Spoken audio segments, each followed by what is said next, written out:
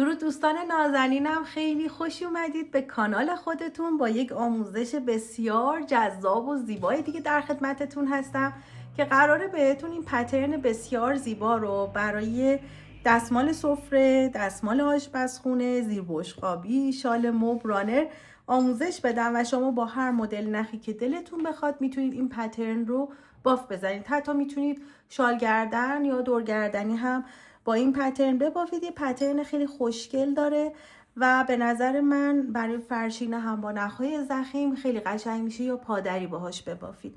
و من این رو برای دستمال کنار حالا بشقاب یا دستمال سفره میشه بهش گفت درست کردم. حتی برای جنس آبگیر اگر نختون داشته باشه میتونه برای زیر ظرف‌هایی که میشورید به عنوان دستمال نمگیر ازش استفاده بکنید، ولی چون بافت دسته حیف به عنوان دستمال به نظر من استفاده بشه. و برای هدیه دادن خیلی ست قشنگی هست. من از ترکیب رنگ‌های بنفش و سوسنی و سفید استفاده کردم که ترکیب دوست داشتنی هست. البته من خودم خیلی طرفدار رنگ بنفش نیستم، نمیدونم چرا، ولی این نخ‌ها رو داشتم و دوست داشتم که این ست رو این شکلی باف بزنم. من از نخ ایلول استفاده کردم، نمیدونم که الان توی بازار به راحتی میتونید استفاده کنید یا نه. من اینها رو تقریبا فکر کنم 4 یا 5 سال پیش خریده بودم و جنس نخش خیلی جنس خوبی داره و 140 متر اگر اشتباه نکنم. آره، من برای سایزی که اینجا خدمتتون نشون دادم حدودا 160 متر نخ نیاز داشتم، ولی خب شما بسته به اون کاربردی که میخواین کارتون داشته باشه و اندازه‌ای که اون کار میخواد داشته باشه نختون رو باید یک دونه باف بزنید. ببینید که چقدر مصرفیشه. مثلا اگر برای زیر بشقابی بخواین باف بزنین قطعاً 250 تا 300 متر نخ میخواد. اگر اینو بخواین کوچیک‌تر به عنوان دستگیره استفاده بکنید خب خیلی کمتر نخ میخواد. مثلا شما با 70 80 گرم میتونید به راحتی این باف رو انجام بدید. خب ببینید دوستان نازنینم، برای اینکه این باف تکسچر قشنگتری داشته باشه و دورهای کار زیباتر بشه، من بافت پترن رو با قلاب شماره 5 میبافم. خب و دور تا دورش رو قسمتی که میخوایم سرج آخر رو ببافیم با قلاب شماره 4 میبافم. البته میتونید با قلاب شماره 5 هم دورش رو ببافید، ولی خب یه ذره شلوول میشه. ببینید من اینو با 5 بافتم ولی اونجوری که دلم میخواست مثل اینها منسجم نیست. خب پس همه رو تست کردم. به نظر من دورش رو با قلاب یک سایز کوچیک‌تر باف بزنید بسیار عالی هست. خب بریم آموزش رو با این نخ شروع بکنیم و همچنین قلاب شماره 5. برای این بافت باید خب تعداد مشخصی زنجیره بزنید. خب زنجیره ها بستگی به خودتون داره که چند تا زنجیره بزنید، به خاطر اینکه این بافت توی عرض کار ما زنجیره میزنیم و شروع میکنیم بافت رفت و برگشتش رو انجام دادن، ولی باز هم به خودتون بستگی داره. شاید شما بخواید زنجیره بزنید و این بخش رو توی طول کار در نظر بگیرید. مثلا زیر بشقابی به صورت مستطیل باف بزنید، اندازه طول زنجیره میزنید به اضافه 2 تا اضافه و بعد رفت و برگشت. اگر بخواید پترنتون اینطوری باشه برای زیر بشقابیتون توی قسمت عرض این زنجیره ها رو میزنید. پس بستگی به این داره که شما دوست دارید پترنتون این خطوطی که اینجوری هست به چه صورت در بیاد. من اینو باف زدم و فقط حاشیه دورش مونده. میخوام بهتون 2-3 رجش رو آموزش بدم چون تکرار هست، بعدش حاشیه دورش رو سریع بهتون در ادامه آموزشش رو میذارم. خب ببینید باید من برای اون مدلی که بهتون نشون دادم 42 تا زنجیره زدم. خب شروع میکنم به زنجیره زدن.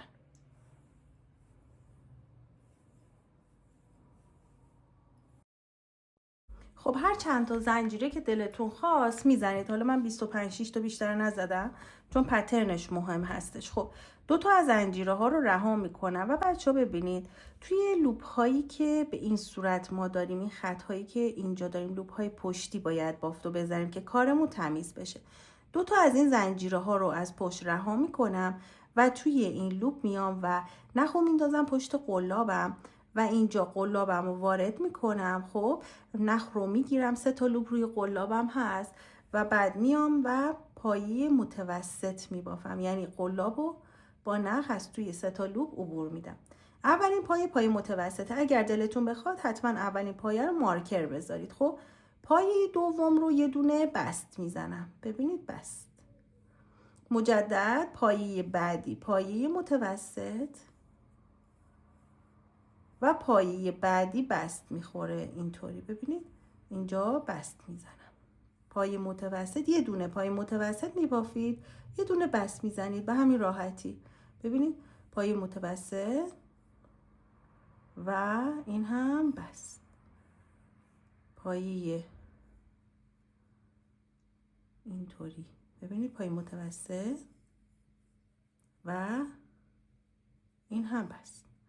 به این صورت تا انتهای رج پای متوسط و بست رو میبافید. پای آخری که من باف زدم پای متوسط شد. خب حتما دقت کنید که پای آخری که باف میزنید چه پایه‌ای هست، چون که توی رج بعد باید برعکسش باف بزنید. خب یه دونه زنجیره میزنم، کارو برمیگردونم. خب توی رج بعد توی پایه های متوسط باید بست ببافید، توی بست ها پای متوسط ببافید. پس من این پایه اول رو باید بست ببافم. خب ببینید اینطوری که کار رو میگیرم، اینجا قلابم رو وارد میکنم و یه دونه بست میزنم. پس پایه اولم رو مارکر هم میتونم بذارم.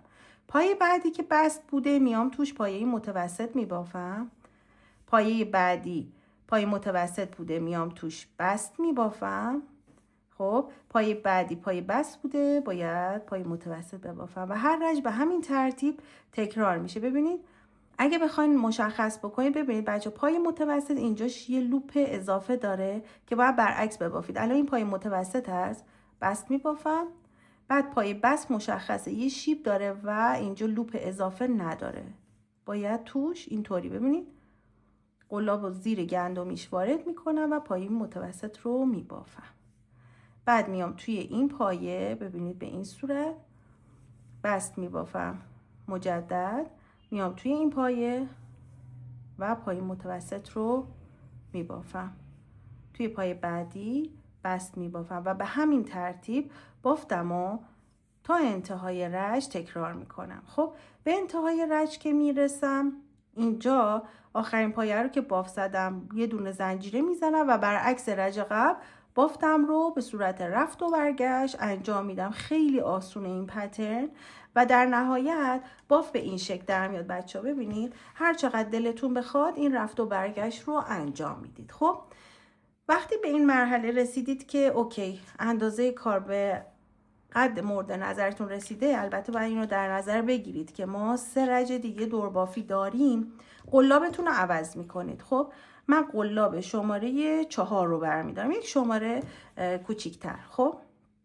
به این ترتیب و میام شروع میکنم. ببینید این آخرین پایه‌ای که باف زدم یه دونه زنجیره میزنم. خب بعد آخرین پایه رو که بافتم توی اینجا خب یه دونه پای کوتاه میبافم، خب یه دونه زنجیره میزنم و بعد توی همین پایه یه دونه پایه کوتاه رو میبافم به این ترتیب. خب این شکلی. حتما بچه ها اگر براتون سخت هست این فضای زنجیره‌ای که اینجا هست رو مارکر بذارید. خب این به خودتون بستگی داره، من کاملا تشخیص میدم اینجا رو، ولی اگر براتون سخت هست توی این گوشه حتما مارکر بذارید. خب ببینید بچه ها ما توی قسمت کنار هستیم و تعداد پایه ها اصلا چون گوشه هست و ما زنجیره زدیم برگشتیم پایه مشخصی نداره، اما باید بدونید که برای هر رجی که بافتید باید یه دونه پایه ببافید. خب من الان بین این خطوطی که اینجا شما میبینید 2 تا رج دارم، یه دونه اینجا، یه دونه اینجا، یه دونه اینجا، یه دونه اینجا، یکی اینجا، یکی اینجا. پس هر خطی که ما اینجا داریم از 2 رج تشکیل شده، پس باید 2 تا پایه ببافیم. ببینید توی این کنج این شکلی قلابم رو وارد میکنم، نخو میگیرم، یه دونه پایه میبافم. خب بعد میام قسمت پایین تر توی همین فضایی که قبلا پایه بافتم یه دونه پایه میبافم، اینجا یه دونه پای کوتاه میبافم، بعد اینجا هم یه دونه پای کوتاه میبافم و همین باف رو تا انتهای این قسمت باید انجام بدم. خب به گوشه که میرسم توی گوشه ترین پایه، خب مثل ابتدای رج، یه دونه پای کوتاه یه دونه زنجیره و تو همون پایه یه دونه پای کوتاه میبافم. اینطوری خیلی گوشه تمیزی خواهید داشت و حالت گرد نمیشه کارتون. خب پس برای اینکه گوشه کارها رو درست و دقیق باف بزنید، حتما اگر مبتدی هستید مارکر بذارید که اون فضای زنجیره‌ای که میزنید مشخص باشه. خب من برسم به قسمت پایین. خب ببینید بچه ها، من رسیدم به این گوشه و اون قسمتی هستش که پایین باف زدم. میام توی اولین پایه این کنج، خب میام یه دونه پایه میبافم، یه دونه زنجیره میزنم و بعد یه دونه پایه میبافم. خب اینجا رو مارکر بذارید اگر سختتون هست، ولی کاملا این زنجیره مشخصه. خب و بعد مجدد توی تمام این پایه هایی که داریم، ببینید ما توی لوپ پشتی شروع کردیم برای زنجیره ها باف زدن دیگه، درسته؟ اینطوری قلاب رو وارد میکنم و پایه ها رو دونه دونه میبافم به این ترتیب. ببینید این شکلی. خب تا این طرف پایه ها رو میبافم، توی این پایه گوشه یه دونه پای کوتاه یه زنجیره یه پای کوتاه میبافم. این طرف رو هم دقیقاً مثل این طرف، و دقت کنید که تعداد پایه هاتون شبیه باشه، باف میزنم و اینجا هم به همین ترتیب هر کدوم از این پایه ها رو یه دونه پایه میبافم تا برسم به اینجا و بعد رج بعدی رو بهتون میگم که چطور باف بزنیم.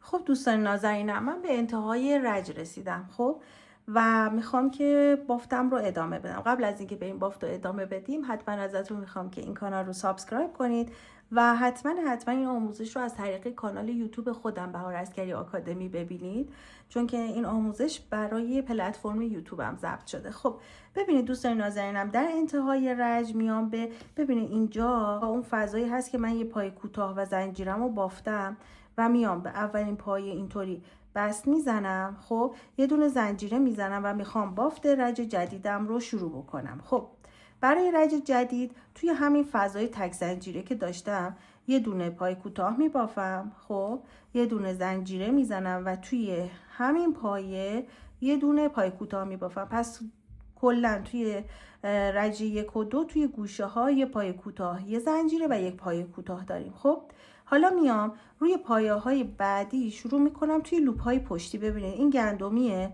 اینجا قلاب رو وارد میکنم و توی لوپ پشتیش پای کوتاه رو میبافم به این ترتیب. ببینید به این صورت. خب دونه دونه توی تمام لوپ های پشتی پای کوتاه هایی که باف زدیم دقت کنید که ببینید لوپ سوم رو درگیر نکنید یا لوپ های پشت بافتو. خب فقط توی لوپ پشتی به این ترتیب. خب بافتو میزنید و بعد به گوشه که میرسید، این چه صدایی از بیرون میاد، ببینید دوستان نازنینم، به گوشه که میرسید، عذرخواهی میکنم بابت صدای نویزی که میاد، این گوشه اینجا که یه دونه زنجیره است، توی این یه دونه زنجیره یه پایه کوتاه یه زنجیره و یه پایه کوتاه اینجا میبافید و بعد میایم پشت پایه کوتاه های بعدی توی لوپ های پشتیش دونه دونه پایه کوتاه میبافید. توی این قسمت هم ببینید من بهتون گفتم حتما مارکر بذار، اینجا فضای تک زنجیره هست، توی این فضای تک زنجیره پای کوتاه یه زنجیره پای کوتاه میبافید و این طرف هم به همین صورت تا برسید به اینجا. و بردرهای مختلفی میتونید برای بافتتون در نظر بگیرید. میتونید اصلا این قسمت رو اصلا نبافید، ولی به نظر من برای این پترن خیلی بردر قشنگیه، چون که یه تکسچر خاصی بهش میده و نظرم خیلی خوشگل میشه این مدل بردر و تو 3 رج اجرا میشه. خب رج دومش رو هم بهتون پس گفتم، من اینو میبافم تا برسم به انتهای بافت و رج سوم رو هم خدمتتون آموزش میدم و بعد شما میتونید این کار رو توی هر سایزی که دلتون خواست و با هر نخی که دوست دارید ببافید. خب عزیزان به آخرین رج میرسیم. خب برای قسمت دوربافی. خب ببینید من میام بست میزنم. خب توی اون فضای تک زنجیره یه دونه زنجیره میزنم، توی همین فضا میام و ببینید یه دونه پای کوتاه میبافم. خب 1 2 3 تا زنجیره میزنم، 3 تا زنجیره، بعد میام توی همین فضا یه دونه دیگه پای کوتاه میبافم. خب پس یه پایه کوتاه بافتم، 3 تا زنجیره، یه پایه کوتاه. خب 2 تا پایه رها میکنم و این قلاب رو ببینید زیر کلا گندمی به صورت کامل وارد میکنم، نخو در میارم، یه دونه پایه کوتاه میبافم، 1 2 3 تا زنجیره میزنم و بعد توی همین پایه میام و پایه کوتاه رو میبافم.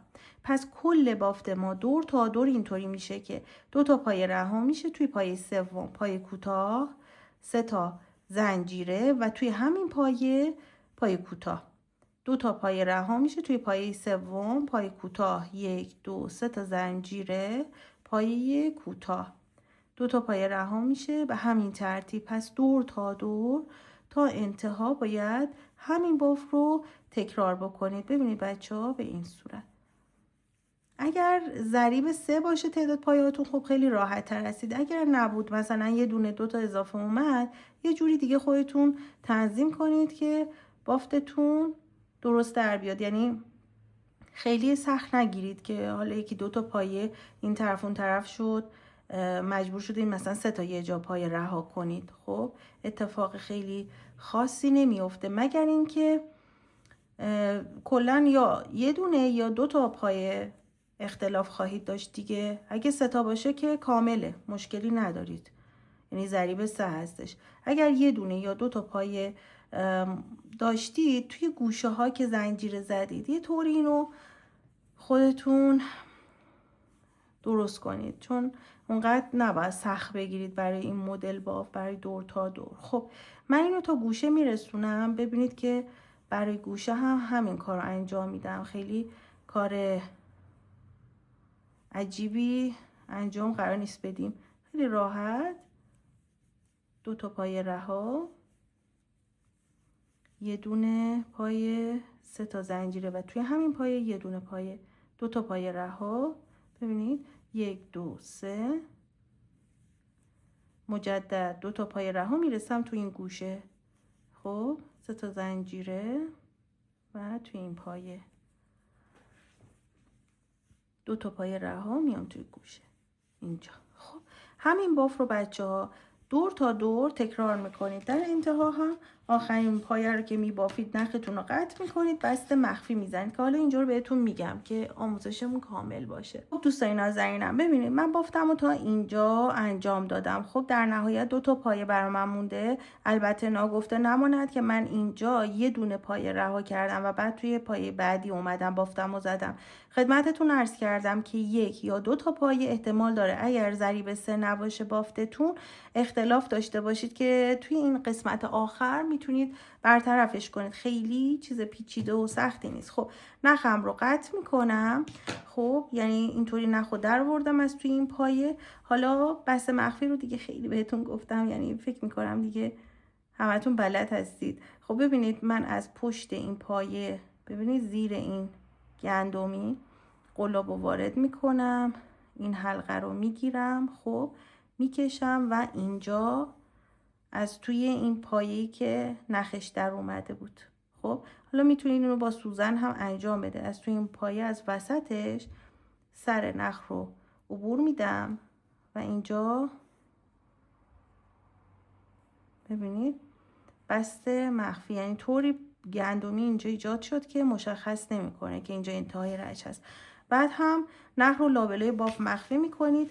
حتما این کار رو بخار بدید که کارتون صاف بشه. آموزش هم بهتون بدم برای میزارایی که اگر دلتون خواست میتونید مثلا مهمون دارید از این مدل باف زدید، میتونید از گوشه این کار رو اینطوری لوله کنید، خب جمعش کنید، بعد اینطوری و بعد یه روبان خوشگل یا با نخ جوت یا کنف اینجا یک پاپیون ایجاد کنید و این حالت خرگوشی میشه، خیلی خوشگل هستش. یا میتونید برای سرویس بهداشتی حتی استفاده کنید از این مدل بافت به عنوان تزیین تو سبد بذارید. کنار اسکراب صورت، اینها خیلی خوشگل میشه. میتونید این بافت رو برای تزیین هم داشته باشید. حالا من توی عکاسی ها حتما این مدل ها رو به این صورت در میارم، عکاسی میکنم که شما ایده بگیرید. خیلی دوستتون دارم بچه ها، حتما این کار خوشگل رو ببافید. اگر دوست دارید عضو گروه رفع اشکال بشید، حتما توی اینستاگرام به من پیام بدید، لینک گروه رفع اشکال رو براتون میفرستم